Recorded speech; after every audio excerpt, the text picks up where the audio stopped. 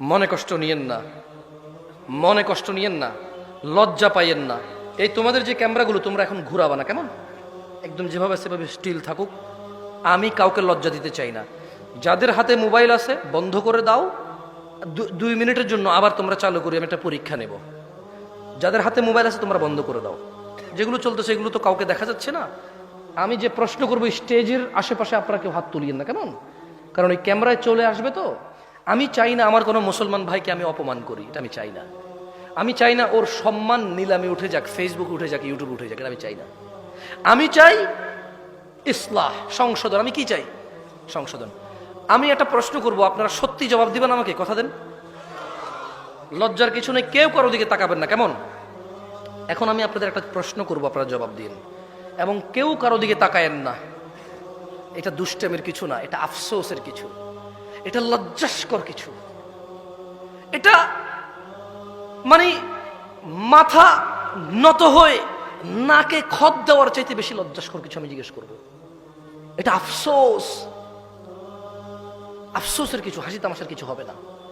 তবে আমি অনুরোধ করব, কেউ কারো দিকে তাকাবেন না, কেউ কারো দিকে ক্যামেরা করবেন না, সত্যি করে জবাব দিবেন। আমি শুধু ইসলাহের জন্য জিজ্ঞেস করতেছি, যারা যারা আজকে ঈশান নামাজ পড়েন নাই এখনো, রাতের বাজে 11:30, যারা যারা আজকে ঈশান নামাজ এখনো পড়েন নাই তারা তারা হাত তোলেন। কেউ কারো দিকে তাকায়েন না, কেউ কারো দিকে তাকায়েন না, সবাই নিচের দিকে, নিচের দিকে তাকান, নামান। ওয়াল্লাহি যা আমি দেখছি, আমি এই স্টেজ থেকে যা দেখছি, এরা যা দেখছে, তা যদি আপনারা সামনের যারা আছেন দেখতেন, লজ্জায় মাথা নত হয়ে যেত। এ হচ্ছে আমাদের ইসলাম, এ হচ্ছে আমাদের ইসলাম। বাবার লজ্জা করে না তার ছেলে বেনামাজি, শ্বশুরের লজ্জা করে না তার মেয়ের জামাই বেনামাজি, মেয়ের জামাই লজ্জা করে না শ্বশুর বেনামাজি, বড় ভাইয়ের লজ্জা করে না ছোট ভাই বেনামাজি, ছোট ভাইয়ের লজ্জা করে না বড় ভাইয়ের সামনে বেনামাজি।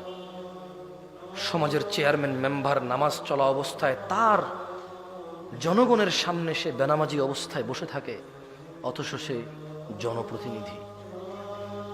বিচারকের লজ্জা করে না ওই সম্মানজনক জায়গা থেকে সে বেনামাজি। বিবাহের মধ্যে দোষের মধ্যে আসে না যে ছেলে নামাজ পড়ে না, এখানে বিবাহ দেওয়া যাবে না, এটা দোষের মধ্যে পড়ে না। এদেশে ব্যবসা বাণিজ্যের পার্টনারশিপ করার জন্য, চাকরি বাকরি করার জন্য সলাতি ছেলেকে গুরুত্ব দেওয়া হয় না, কারণ এদেশের মানুষ বলে বোরখার ভিতরে শয়তান বেশি, নামাজেরই বেশি খারাপ। ও নিজে নামাজ আদায় করে না তো এই জন্য এটা বলে, অথচ ও জানে না খারাপ আমরা সবাই, মুশরিক ও গুনাহগার। খারাপ আমরা সবাই, মুশরিক ও গুনাহগার, এটা এক বিষয়, আর মুসলিম ও গুনাহগার এটা আরেক বিষয়। ওকে আমরা বাংলা ভাষায় বয়ান করে বুঝাইতে এখন পর্যন্ত সক্ষম হইনি।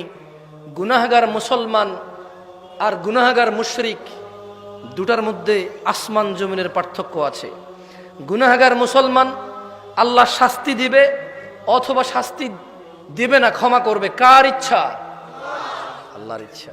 জান্নাতে যাবে, শাস্তি পেয়ে হলো যাবে। আর বেঈমান গুনাহগার, কাফের গুনাহগার, মুশরিক গুনাহগার, ওর জান্নাতে যাওয়ার কোনো অবকাশ নেই। সলাত, নামাজ যে মধ্যখানের অন্তরায়, নামাজ যে মধ্যখানের অন্তরায়, এটা ওকে আমরা বুঝাইতে ব্যর্থ হয়েছি। ও সলাতকে সাপ্তাহিক অনুষ্ঠানে পরিণত করেছে। ও 5তলা মসজিদ এজন্য করেছে কারণ জুমায় জায়গা দেওয়া যায় না, ফজরের জন্য করেনি। ধিক্কার এমন পরিকল্পনাকারীর উপর। আমি জামশেদ মজুমদার বলি, সেই মনি, লজ্জা পাও তুমি। আমি ব্যক্তিগতভাবে বলি, লজ্জা পাওয়া উচিত তোমার। 5তলা মসজিদ তুমি ফজর, জোহর, আসর, মাগরিব, ইশা 5 ওয়াক্ত নামাজ